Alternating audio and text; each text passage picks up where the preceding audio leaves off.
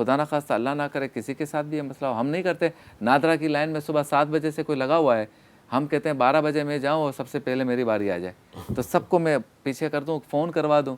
چھینا جھپٹی تو ہم بھی وہاں کر رہے ہیں کسی نہ کسی طرح سے. تو معاشرے جی دیکھیں جب حادثات ہوتے ہیں جی. اس وقت ہم لفظ یوز کرتے ہیں موسٹ ولنریبل, ہاں کیونکہ جو جیسے مثال آپ نے دی, تو ضروری نہیں ہے کہ غریب جو جھونپڑی والا ہے وہی متاثر ہو, جس کی بڑی بڑی عمارتیں اور بہت کاروبار ہے وہ بھی متاثر ہو سکتا ہے, صحیح. اور اس وقت اس کو بھی مدد کی ضرورت ہوتی ہے. اور اچھا ہم فیوچر پلان بتائیں آپ. جی فیوچر پلان ہم ابھی تو ایک یہ تو آپ کا آن گوئنگ سسٹم چلتا رہتا ہے. جی ابھی جو فلڈ ریلیف آپریشن ہے اس کی ہم ریکوری فیز میں جا رہے ہیں, جہاں ہم زیادہ عرصہ تک کچھ کمیونٹیز کے ساتھ رہیں گے. اس کا کیا طریقہ ڈسٹرکٹ گورنمنٹس اس میں یہ ہے کہ ہم کمیونٹیز کچھ سلیکٹ کرتے ہیں, ان کا روزگار کا بحالی, اچھا, اور ان کی جو ہیلتھ اینڈ ہائیجین ہے اس کی امپرومنٹ, جس میں لیٹرینس کنسٹرکشنز ہیں, ہیلتھ اینڈ ہائیجین کے اویئرنیس سیشنز ہیں, وہ ہم پورے سندھ میں جہاں جہاں ہم وہ آپریشن کریں گے. 8 ڈسٹرکس ہم اس میں ٹارگٹ کر رہے ہیں, تو ان میں سے ہم ان کے ساتھ کام کریں گے. اس کے علاوہ جو کنٹیجنسی پلاننگ ہوتی ہے ہماری ہر سال, کہ آئندہ آنے والے سیلاب, فلڈز یا کوئی ایسے حادثات ہیں, ان کے لیے ہم نے کیا تیاری کرنی ہے, تو ہم اسٹریٹجیکلی اپنی جو ڈیزاسٹر پریپیئرڈنس اسٹاکس ہیں ان کو مینٹین کرتے ہیں, ان کی پروکیورمنٹ کرتے ہیں اور اس کی تیاری کر کے رکھتے ہیں. بہت شکریہ. آپ سے جو گزارش ہے وہ خاص طور پہ ایک تو والنٹیئرس کے لیے کہ ہمارا دروازہ جو ہے والنٹیئرس کے لیے کھلا ہے جو خدمت کرنا چاہتے ہیں, جو سیکھنا چاہتے ہیں. دوسرا فرسٹ ایڈ ہمارا یہاں ڈپارٹمنٹ ہے, یونٹ ہے پورا, اور اس کو بھی آپ ضرور کسی پروگرام میں شامل کیجیے گا. اس میں ہماری ڈومیسٹک فرسٹ ایڈ اور مختلف قسم کی فرسٹ ایڈ جو خاص طور پہ CPR جو ہے وہ لوگوں کو سیکھنا چاہیے, تو اس شعبے میں بھی ہم بہت اچھا کام کرتے ہیں. اور ریڈ کرسنٹ کی اور بہت ساری چیزیں ہیں جو آپ نے خود بھی بیان کی, آپ جانتے ہیں. تو یہ آپ کی مدد کے ساتھ ہم جو ہے ڈسیمینیٹ بھی کرنا چاہیں لوگوں کو, کہ ان کو پتہ چلے کہ ہم کون کون سی سہولیات جو ہے وہ لوگوں کے لیے پرووائڈ کرتے ہیں. بہت شکریہ محمد سجاد صاحب, بہت شکریہ ڈاکٹر ہیرا صاحب آپ کا. اللہ تعالیٰ آپ اور آپ جیسے تمام لوگوں کو سلامت رکھے, وہ کام کرتے رہیں, ہمت دے, طاقت دے, توفیق دے کہ آپ یہ سعادت حاصل کریں. یقیناً جس نے ایک انسان کی جان بچائی اس نے پوری انسانیت کی جان بچائی. تو کیوں نہ میں آپ ہم سب اپنے مال حلال میں سے جو کچھ اللہ تعالیٰ نے ہمیں دیا ہے, زکوٰۃ, خیرات, فطرات, عطیات, صدقات, ہم پاکستان ہلال احمر کو دیں. 100 سال سے زائد عرصہ ہو گیا یہ لوگوں کی بلا تفریق رنگ و نسل, مسلک و مذہب یہ خدمت کر رہے ہیں. اور اب جو انہوں نے اپنے فیوچر پلانس بتائے ہیں اس میں بھی ہمیں ان کی مالی مدد کرنی چاہیے. اکاؤنٹ نمبرز اور ڈیٹیلز جو ہے نا وہ آپ کی اسکرین پر چل رہی ہیں, اسے دیکھیے, اس پر جو بھی ڈونیشن کر سکتے ہیں کیجیے, رابطہ کیجیے. اور اگر آپ چاہتے ہیں کہ آپ کے نوجوان بچے بچیاں اس کار خیر میں ان کا فزیکلی ساتھ دے سکتے ہیں جسمانی مشقت کے ذریعے, تو آئیں, ٹرین ہوں, والنٹیئرز بنیں اور ہلال احمر کا ساتھ دیں. ملاقات ہوتی ہے مختصر سے وقفے کے بعد.